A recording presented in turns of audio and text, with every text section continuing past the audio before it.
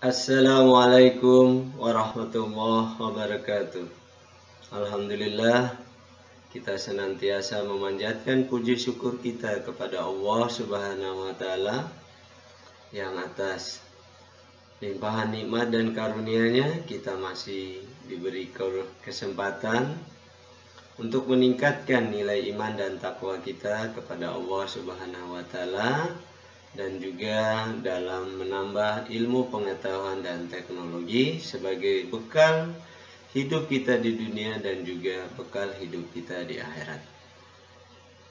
Anak-anakku semuanya, pada kesempatan ini Bapak masih dengan bab gelombang bunyi dan cahaya, dan ini adalah materi terakhir yang akan Bapak sampaikan dari bab ini, sehingga pada bagian akhir dari materi akan ada tugas. Insya Allah tugasnya tidak banyak, hanya 2, dari pertemuan pertama tentang bunyi dan gelombang sampai pertemuan keempat ini.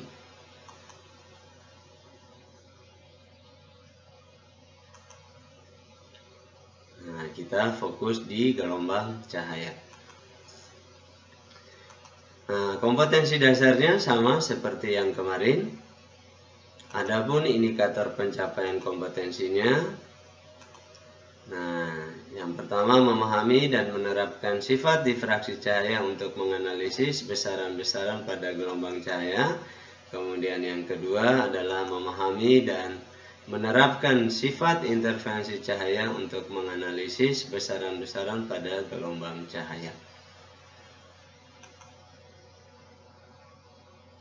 Kita lanjut ke difraksi dan interferensi cahaya. Nah, jadi pada gelombang cahaya ini ada 2 fenomena yang fokus Bapak bahas. Sebenarnya banyak gitu ya, ada pemantulan ya. Nah, namun Bapak fokus pada difraksi dan interferensi cahaya. Apa itu difraksi dan interferensi cahaya? Perhatikan penjelasan berikut. Difraksi di sini adalah pelenturan cahaya. Nah, pelenturan maksudnya di sini adalah kemampuan cahaya untuk melewati atau melalui sebuah celah sempit. Nah, bahasa kerennya adalah untuk ngintip. Nah, kalau ngintip kan ada lubang-lubang kecil ya. Nah, cahaya di sini memiliki kemampuan untuk melewatinya. Pokoknya ada celah sedikit, nah kelihatan sudah ya. Nah, kemudian interferensi cahaya di sini ada perpaduan atau gabungan 2 gelombang atau lebih yang menghasilkan gelombang-gelombang yang baru. Nah, misalnya seperti apa ya? Pada saat malam hari 2 buah kendaraan bertemu di jalan, bukan tabrakan ya, tetapi saling papasan gitu ya, ataupun saling melewati. Nah, kadangkala 2 buah gelombang tersebut, gelombang cahaya tersebut ya, ada yang saling menguatkan, ada yang saling melemahkan. Saling menguatkan, dia akan semakin terang, adapun melemahkan, nah, bentuknya seakan-akan kendaraan yang satu tidak memiliki cahaya karena kalah terang. Ada 2 syarat untuk terjadinya interferensi. Nah, yang pertama adalah kedua gelombang cahaya harus koheren. Koheren di sini adalah sama. Nah, apanya yang sama? Nah, beda fasenya tetap. Ya, beda fasenya tetap. Sehingga dia harus memiliki frekuensi yang sama. Yang kedua, syaratnya adalah gelombang cahaya tersebut harus memiliki amplitudo yang hampir sama. Jadi ini ada 2 syarat terjadinya interferensi. Yang pertama beda fase, maka konsekuensinya frekuensinya sama. Yang kedua adalah amplitudonya hampir sama. Nah, mari kita bahas satu persatu dari difraksi dan interferensi. Difraksi celah tunggal. Celah tunggal maksudnya hanya satu lubang. Nah, ini dia dalam bentuk gambar nih. Jadi ada D di sini ya. lubangnya, celah tunggalnya itu, cahaya masuk dengan panjang gelombang tertentu. Nah, ditangkap di sini. Nah, titik tangkap gelap ke terang pusat ini, ya, garis datar di sini, itu adalah P atau Y. Nah, ada yang menulis P, ada yang menulis Y. Kemudian besaran lain yang kita perlukan di sini adalah jarak antara celah dengan layar. Ini adalah L. Jangan sampai salah dalam hal ini. Salah memahami ada D, ada L, dan ada P, maka akan salah penyelesaian kita, ya. Hal lain di sini ada theta, ya, ada theta. Nah, nilai tetanya relatif kecil sehingga dalam bentuk persamaan D sin theta sama dengan N kali lambda. Sekali lagi, karena sin tetanya ini atau tetanya ini kecil, maka dia lebih digunakan, ini ilmuwan ya, teori dari ilmuwan tersebut, maka nilai tetanya itu adalah bukan sisi depan dibagi sisi miring, tetapi dia akan lebih mengarah kepada tangen, dimana nilai tangen theta adalah P dibagi L. Jadi penjabaran dari persamaan ini akan menjadi D kali P per L sama dengan N kali lambda. Nah, dari mana P per L? Nah, ini dia tangen theta. Sisi depan dibagi sisi samping. Makanya muncul P per L. Ingat, P di sini ada yang tulis P, ada yang tulis Y, ya. Jangan sampai salah. Ini keterangannya. D lebar celah, P jarak antar terang, ya, jarak antar terang. L adalah jarak layar ke celah. N terang ke berapa? Lambda adalah panjang gelombang. Ini pada celah tunggal. Nah, pada celah banyak atau kisi namanya. Nah, ini ya. Ini kan banyak ini lubang-lubangnya. Nah, ini namanya kisi, ya. Ini titik tangkapnya. Persamaannya sama D sin theta sama dengan N kali lambda. Kemudian sin tetanya juga sama P per L gitu ya. Nah, sama. Nah, yang sedikit beda di sini adalah karena ada kisi. Yang mana nilai D-nya adalah 1 per N. Ya. Nilai D-nya adalah 1 per N. Di mana N adalah N besar, ya, jumlah kisi, atau jumlah celah. Jadi sekali lagi persamaannya sama, namun pada difraksi kisi itu ada nilai D sama dengan 1 per N besar. N besarnya adalah jumlah celah atau kisi. Selanjutnya kita ke interferensi celah ganda. Lebih kerennya adalah Young, ya. Pada interferensi celah ganda di sini ada pola maksimum atau pola terang. Nah, pada pola terang atau pola maksimum ini persamaannya sama D sin theta sama dengan N kali lambda. Nah, kemudian sin tetanya adalah P per L. Sama, ya. Kemudian pada pola minimum, ya, konsep awalnya tetap sama, ya. Nah, D sin theta buka kurung N plus setengah kali lambda. Ingat, ketika terjadi pola minimum atau pola gelap, ya, maka D sin theta sama dengan N plus setengah lambda. Nah, perbedaannya di sini, ya. Nah, ini sama, ya, D kali P dibagi R sama dengan N plus setengah kali lambda. Jadi perbedaannya ada pada pola minimum, ada penambahan dengan setengah. Ini dia keterangannya sama. Mari kita ke contoh soal. Dalam percobaan difraksi, sebuah celah lebarnya 1 mm disinari oleh cahaya monokromatik. Monokromatik itu adalah sinar satu. Nah, sinar matahari. Sebuah layar diletakkan sejauh 2 meter di belakang celah. Nah, ini angka-angka ini harus dipahami. Mana D, mana L, mana Y. Jangan sampai salah. Kemudian pita gelap kedua berjarak 0,96 mm dari terang pusat.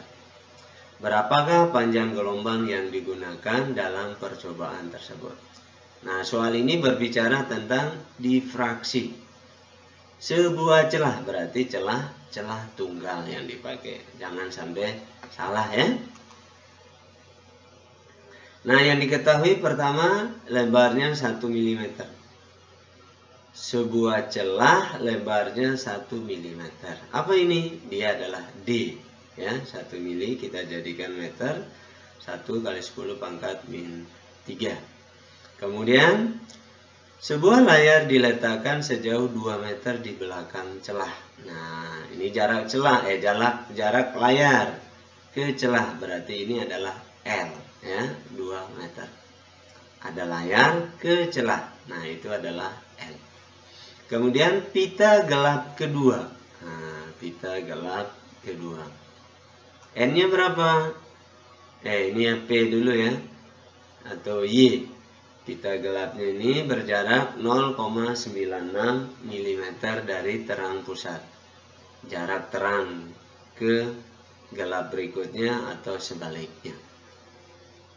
0,96 dijadikan meter, 9,6 kali 10 pangkat min 4. Kemudian N-nya 2. N-nya 2 adalah pita gelap kedua. Ya, N-nya 2 dari pita gelap kedua. Yang ditanyakan adalah panjang gelombang, ya, lambda. Nah, kita kembali ke persamaan. dP per L sama dengan N kali lambda. Masukkan nilainya ya. 10 pangkat min 3 nilai D, P-nya 9,6 kali 10 pangkat min 4, L-nya 2, N-nya 2 ya. Dari sini ya, ini ya banyak jalan menuju kesuksesan ya. Sekali lagi ya, apakah ini kita bagi dulu dengan 2 yang menghasilkan 4,8 ya. 9,6 bagi 2 kan 4,8. 4,8 dibagi dengan 2 ini lagi, dia menjadi 2,3. 2,4 ya. 4,8 dibagi 2 adalah 2,4. Nah, ini dia hasil dari contoh soal ini. Ini sederhana ya. Nah, kalaupun ada kesulitan ya tanyakan di grup ya, biar cepat Bapak respon. Jangan di japri, tanyakan ke grup biar cepat Bapak proses. Sekali lagi Bapak tekankan, kalau jawaban antum langsung dikirim pada hari itu ya, sampai sore ya, maka nilainya masih nilai normal. Kalau malam nilainya berkurang. Hari berikutnya ya udah semakin berkurang ya. Lawan rasa malas, tingkatkan rasa ingin tahu, karena menuntut ilmu merupakan modal kita dalam mengarungi kehidupan kita. Contoh soal kedua. Sebuah celah ganda. Nah, kalau ada celah ganda di sini berarti dia berbicara interferensi ya. Disinari dengan cahaya yang panjang gelombangnya 640 nanometer. Sebuah layar diletakkan 1,5 meter dari celah. Jika jarak kedua celah 0,24 mm, tentukan jarak kedua pita terang yang berdekatan. Mari kita sama-sama apa saja yang diketahui. Yang pertama adalah panjang gelombang 640 nanometer, lambda ya. Nah, nano dijadikan meter itu dikali dengan 10 pangkat min 9 nano. Nah, nano ini bahasa Yunani ya, abjad Yunani. Sehingga hasilnya menjadi 6,4 kali 10 pangkat min 7. Perubahan di sini itu sesuai kebutuhan. Bisa 64 kali 10 pangkat min 8 ya. Mana-mana maunya kita.